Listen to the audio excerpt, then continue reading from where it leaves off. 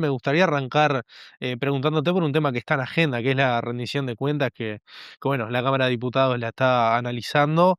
Nada, conocer un poco tu opinión con respecto al proyecto que envió el Ejecutivo y bueno, y todo lo que generó después el anuncio que hizo la coalición republicana. Bien, creo que el proyecto tiene dos partes, como cualquier rendición de cuentas. A diferencia de un presupuesto que lo que hace es planificar 100% hacia el futuro, la rendición de cuentas tiene un propósito esencial, un objetivo central, que es justamente la rendición de cuentas y de la ejecución del balance presupuestal. Es decir, ¿qué hicimos? ¿Qué se hizo? ¿Qué hizo el gobierno en este caso? ¿Ante quién? Ante el Parlamento, que es quien le aprueba le aprobó y le aprobará eventualmente nuevos recursos. Y en ese sentido, la gestión del año 2025, que antes que me lo digas, tengo claro que es el presupuesto, el último año presupuestal del gobierno anterior, pero es el presupuesto del Estado, es el presupuesto del Poder Ejecutivo, es el presupuesto de la Administración Central, por lo tanto lo tiene que cumplir, lo tiene que ejecutar. Y en ese sentido, la conclusión que arribamos dentro del Partido Nacional, pero en conjunto luego con los legisladores de los partidos de la coalición republicana, el Partido Colorado y el Partido Independiente, es que la nota del gobierno era reprobada. Era reprobada. Y lo entendíamos nosotros, lo entendemos nosotros y lo entiende la gente. Y no es porque uno accione o active políticamente en función de las encuestas. No, eso es un insumo más. Pero si nuestra perspectiva, nuestra forma de ver, nuestro punto de vista es que la gestión a lo largo del año 2025 ha sido una mala gestión, una gestión que no merece ser aprobada, y eso se ve reafirmado por lo que dice la gente en los estudios de opinión pública, quiere decir que tan equivocados en esa percepción no estamos.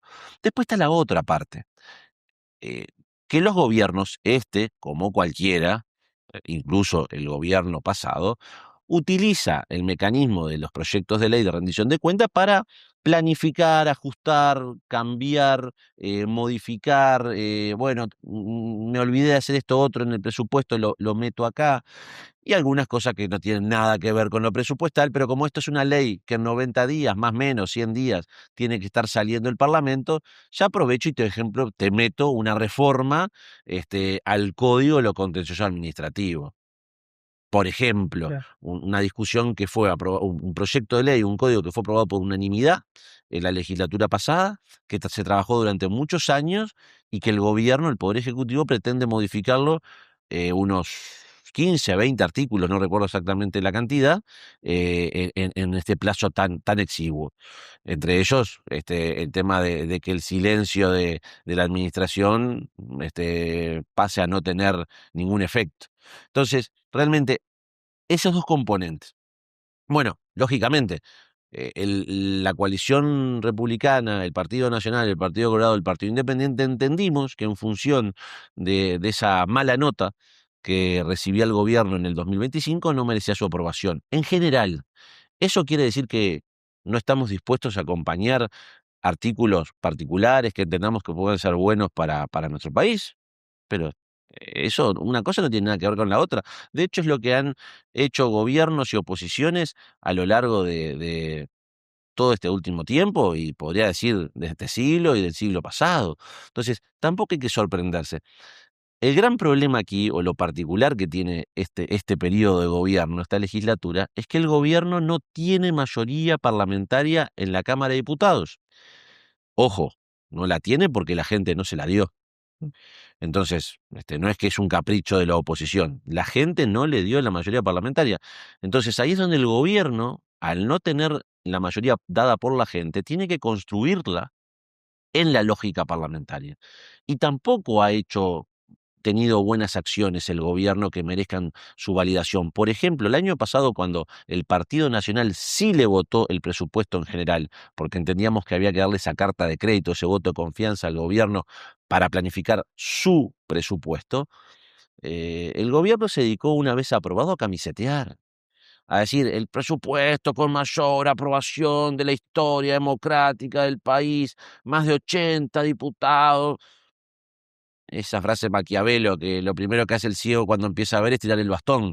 Bueno, el gobierno no se dio cuenta que no estaba valorando la actitud propositiva del Partido Nacional, e incluso a tal punto que algunos artículos que fueron votados en la Cámara de Diputados unos por acuerdo con el Frente Amplio y otros reuniendo los votos de toda la oposición, a pesar del Frente Amplio, en el Senado luego fueron cambiados. Legítimamente, sí, pero no está bueno que no se respeten esas mayorías. Entonces, eso también es un antecedente para el hoy.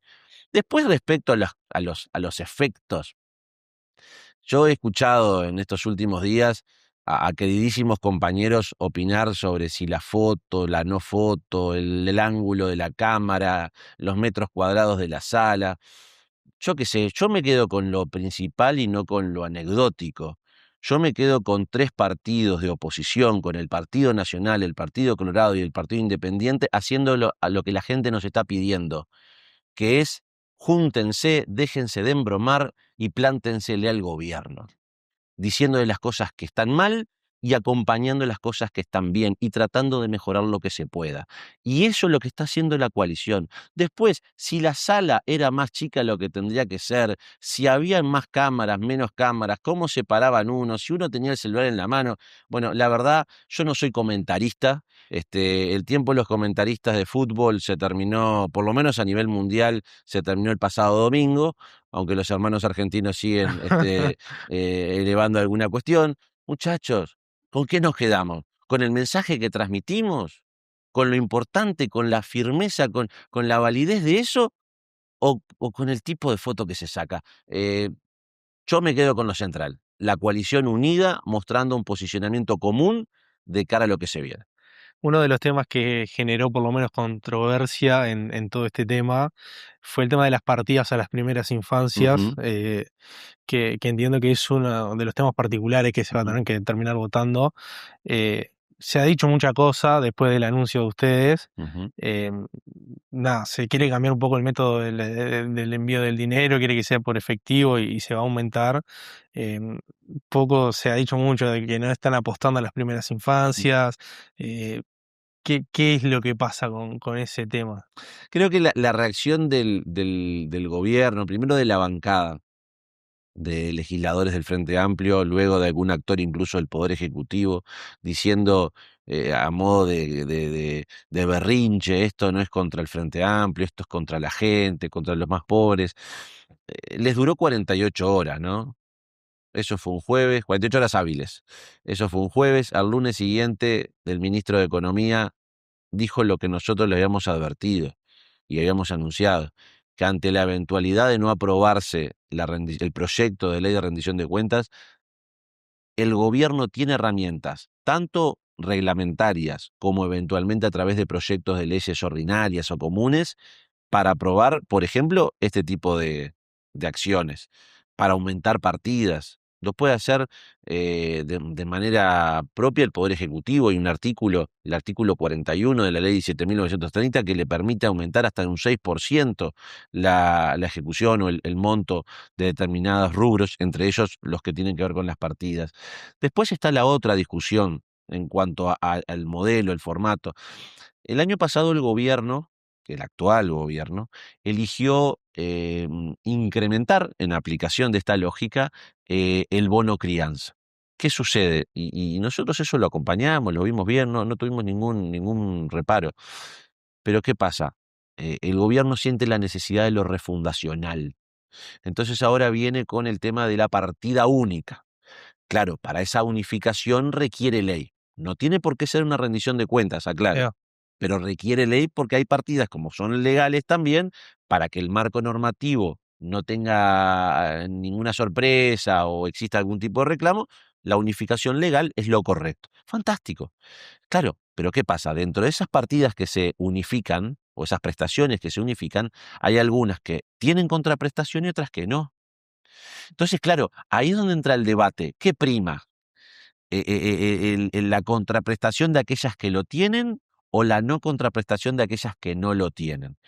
Eso es la primera discusión. La segunda discusión es, yo creo que esto no hay que verlo jamás a las partidas, a las prestaciones, como algo que tiene que permanecer para siempre. O sea, si no caemos en el asistencialismo. Yo creo que son herramientas, son ayudas, son el piecito que tiene que hacerle el Estado a quienes menos oportunidades tienen. Pero visto como quien a tu hijo, a tu hija le enseñás a andar en bicicleta. Primero con las rueditas, después le sacas una, después la otra, en un momento la agarrás del asiento y cuando está andando y se siente con confianza, la soltás y de golpe está andando y ya anda sola. Bueno, creo que esa tiene que ser la lógica de las prestaciones. Entonces, cuando acá se habla sobre si mandar el gurí o la gurisa a la escuela es poco más que menos relevante o es secundario, es un error. O sea, porque nuestra principal preocupación tiene que ser, por supuesto, además de atender lo coyuntural, la realidad hoy, es darle las herramientas a esos gurises para que el día de mañana se puedan desarrollar, progresar, laburar, salir adelante y que por sus propias herramientas puedan desarrollarse en la vida. Eso quiere decir que hay que ponerle un revólver en la cabeza a los gurises. No, no, no, que no se malentienda. Pero la señal del Estado no puede ser, me da lo mismo que mandes a tus hijos a la escuela que no los mandes. Esa no puede ser la señal del Estado. Que después se pueden dar situaciones concretas, puntuales, que deban atenderse de forma específica, estoy de acuerdo. Porque tampoco se puede ser un tabula rasa y decir, si no haces esto, poco más que al paredón. No, pero no puede ser la regla. Me da lo mismo que mandes a los gurises a la escuela que no lo mandes. Me da lo mismo que le controles la salud a los gurises que no se la controles. Me da lo mismo que vos si estás embarazada, te hagas los controles necesarios para que el embarazo y el parto sea lo mejor posible, a que no los hagas o que no te hagas esos controles. Bueno, eso es lo que nosotros estamos intentando transmitirle al gobierno, que no nos da lo mismo. Después podremos encontrar, llegado el momento, puntos de inflexión o puntos de cercanía que traten de hacer síntesis de las dos posiciones, probablemente, pero no nos puede dar lo mismo que los gurises vayan o no vayan a la escuela, que se controlen la salud, que no se la controlen, porque si no, entonces es lo que estamos cayendo, sí, como te decía recién, es en el mero asistencialismo. Bueno, te doy la plata, no me jorobes. Y yo creo que esa jamás puede ser la actitud de un gobernante. Te voy a decir preguntando a la rendición de cuentas, pero también vinculado a otros temas. Estos últimos días fue el ministro del Interior al Ujú, Parlamento bueno, para intercambiar con respecto a este proyecto. Una de las cosas que reconoció fue de que en este último año hubo más bajas de funcionarios policiales que altas, ujú. algo que fue muy cuestionado por ustedes, los dirigentes de la oposición, sabiendo la promesa de Orsi de los 2.000 funcionarios policiales. Sacando un poco de lado el tema de las estadísticas, los Ujú. homicidios, que bueno, este semestre fue uno de los más violentos en los últimos años, ¿qué te parece el accionar del Ministerio del Interior en este momento puntual del Uruguay? Empiezo del final hacia atrás. El Partido Nacional le ha pedido al gobierno, al Ujú, presidente Orsi, que remueva al ministro Negro. Creo que el ministro no ha alcanzado los puntos. No tenemos nada que decir respecto a su rol como fiscal antes de ser ministro, pero como ministro y como el ministro político, porque el ministro del Interior es el ministro político de cualquier gobierno, no ha calzado los puntos. Respecto a las cifras, yo no voy a caer en la mezquindad de si más o menos. Lo que sí llama la atención es que el ministro, cuando allá por marzo los números eran favorables, porque él los dijo así, que habían bajado los homicidios, los anunció él, y cuando ahora los números no le son tan favorables, como tú bien dijiste, de los peores semestres de los últimos años, manda a un asesor, manda a un director. Falta de coraje, por no decir otra cosa, ¿no? Falta de tener lo que hay que tener, porque creo que esas circunstancias es donde si el ministro es el que manda, es el que tiene que dar la cara. De lo contrario, es simplemente un títere, un monigote que está ocupando el lugar. Respecto a la rendición de cuentas en sí del Ministerio del Interior, bueno, nosotros se lo dijimos, y no yéndonos a la promesa electoral solamente de los 2.000 claro. policías al otro día, cuando en el presupuesto el año pasado se aprueba 500 nuevos policías y 500 nuevos operadores penitenciarios, los 500 policías eran 200 en 2027, no 26, 27 el año que viene, 200 el 28 y 100 el 29. Ahí hacías los 500. Y los 500 operadores penitenciarios eran 200 en el 2026, esto sí, el Ahí va. 26, 200 el 27 y 100 el 28.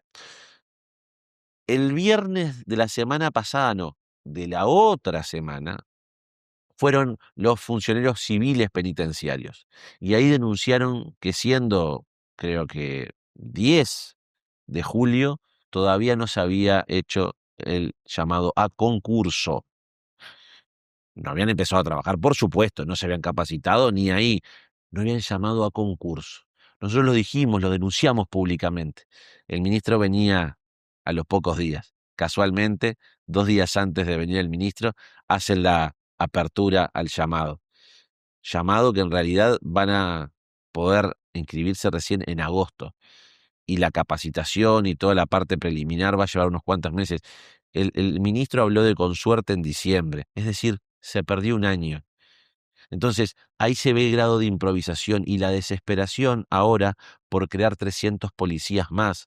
A ver, bienvenido la creación de nuevos efectivos, pero si en realidad de las vacantes que ya hoy se tienen, que son 2000, no se llenan, o sea, por más que creemos más puestos, si no se llenan los que están disponibles, es, es un bluff.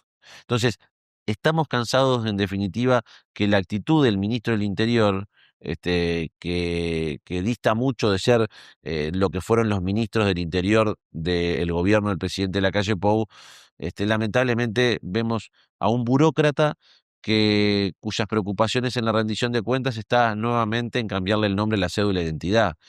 Bueno, yo creo que esas cosas no deberían formar parte de las prioridades hoy del Ministerio del Interior.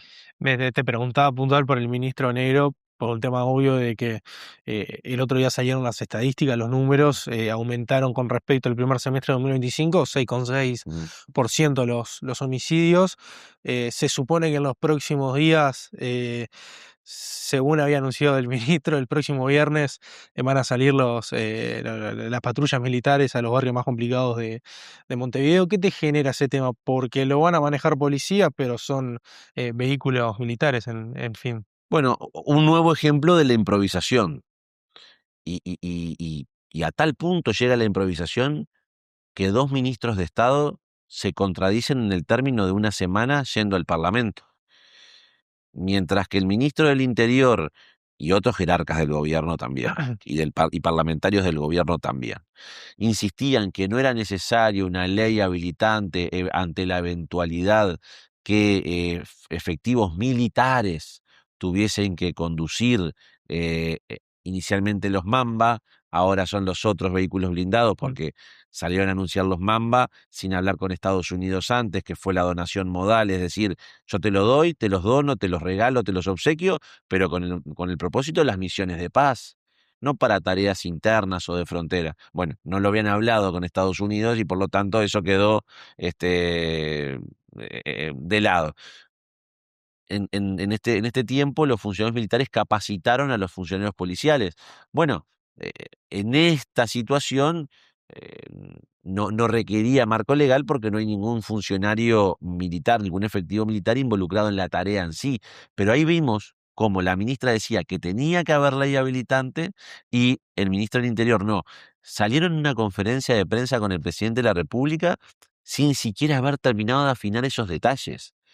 O sea, anunciando determinados vehículos que después que a la postre esos vehículos no estaban. De hecho, los vehículos que le termina dando el Ministerio de Defensa no son los que el Ministerio del Interior quería. Entonces, ahí vemos, es un ejemplo más, donde el presidente se ve envuelto en una serie de errores propios del gobierno, no forzados, en los cuales sus propios secretarios de Estado los involucra.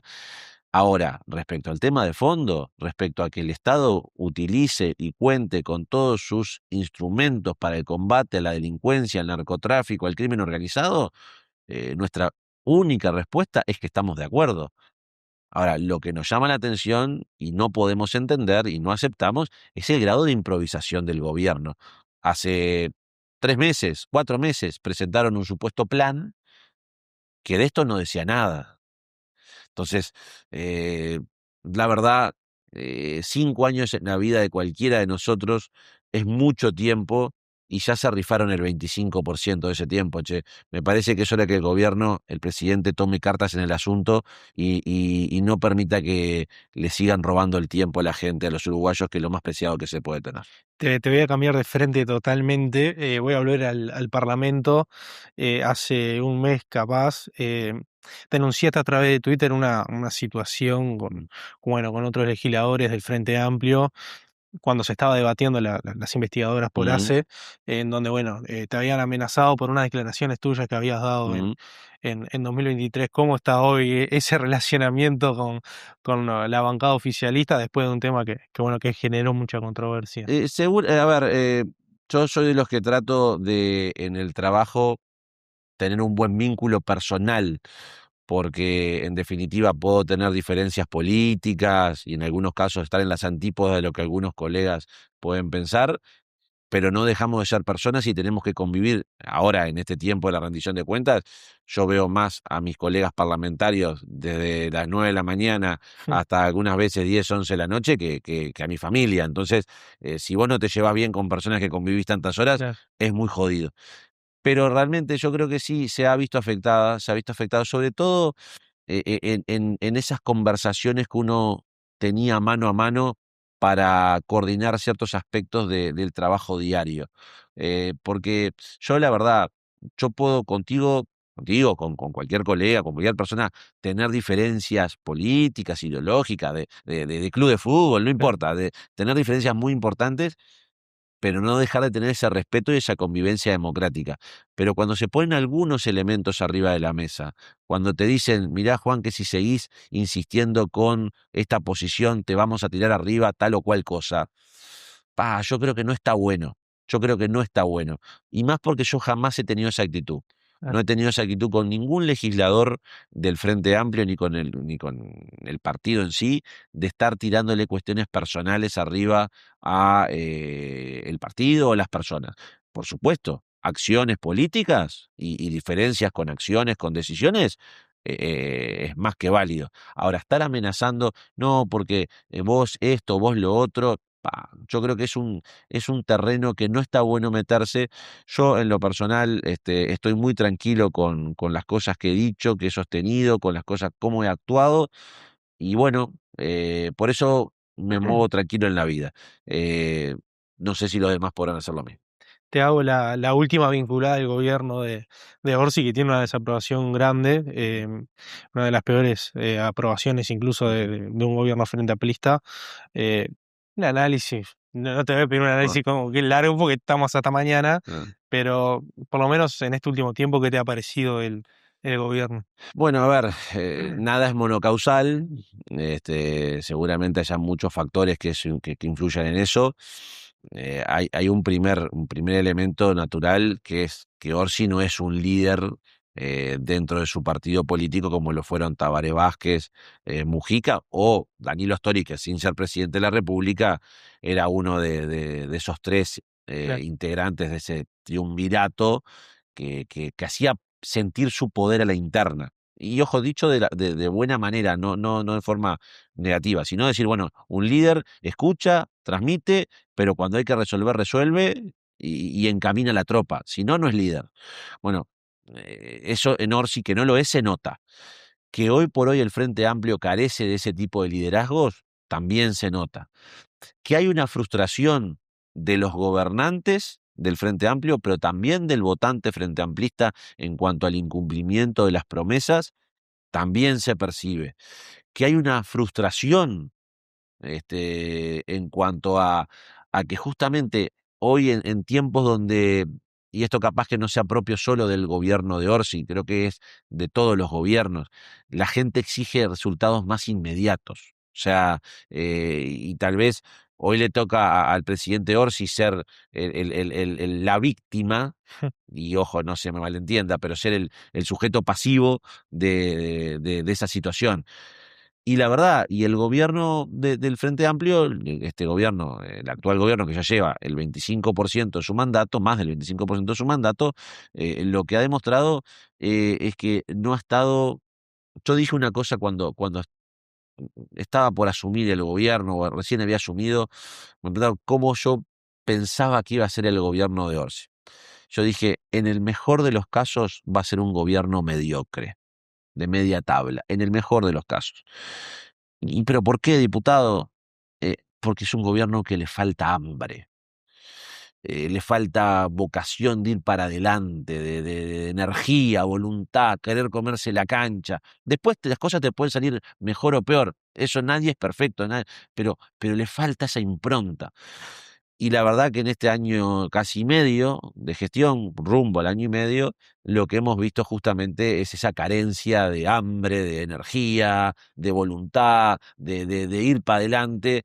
Y si vos en el primer año y medio, te falta eso, en el último no lo vas a tener. Esto no es como en el fútbol, que generalmente las improntas y el embalantonamiento se da al final. No, no. Acá el hambre tenés que demostrarlo al principio. Claro, Porque como la política pública generalmente no tiene efectos inmediatos, efectos a mediano, a corto muy pocas, pero a mediano y a largo plazo, las que vos querés que tengan efectos a mediano plazo, tenés que implementarlas poco más que desde el primer día, para que en algún momento de tu gestión se vea, mirá, esto fue lo que hice, ¿te acordás? Lo que aquello que en los primeros 6 meses implementamos, mirá, estamos viendo los resultados 2 o 3 años después. claro. Bueno, si vos eso no lo haces, después no te dan los tiempos. Y por más que vaya y tires centros, y vayas con el golero a cabecear, la lógica indica que del 100% de los partidos que van, uno capaz que el golero justo la agarra de rebote y cabecea. Por lo general, terminás perdiendo y es más, te hacen un gol de contragolpe. Entonces, creo que eso es lo que le está pasando al gobierno. eh, Le faltó fuerza en el arranque y sumado a muchos errores propios, en los cuales el presidente no fue un factor ajeno, el presidente tuvo mucho que ver en esos errores propios, en algunos casos por acción, lo más reciente, lo de la camioneta, lo de la delegación jurada, esto, lo otro, y en otros casos por omisión. Todo lo que pasó el año pasado y que derivó en consecuencias en este año también, en ACE, teniendo un presidente de facto en el organismo, mientras que llevaba adelante, violando la Constitución, 5 o 6 trabajos en el ámbito privado, cuando la Constitución se lo impide, y eso también va a ser objeto de una denuncia que vamos a presentar Ujú.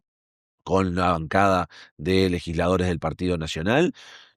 Bueno, yo creo que el presidente tendría que haber tomado cartas en el asunto en ese tema también y prefirió mirar para el costado. Eh, Ministros que el presidente habla y lo desconocen o lo controvierten. Pasó desde la ministra Lustenberg reduciéndole una sanción a un anestesista cuando había existido otra sanción por otro lado y que el presidente de la República había sido también suscriptor de la misma, allá con el ministro Castillo, Mm. que o por el portaaviones, o por cambios económicos, o por esto, o por lo otro, termina contradiciéndolo. ¿Qué querés que te diga? Yo creo que ahí esas cosas, un gobierno tiene que tratar de ser una orquesta donde cada uno sabe el rol que tiene y tienen que tratar de no desafinar. Por supuesto, siempre a alguno se le va a escapar. Ahora, cuando la desafinación es permanente, más que orquesta es una murga.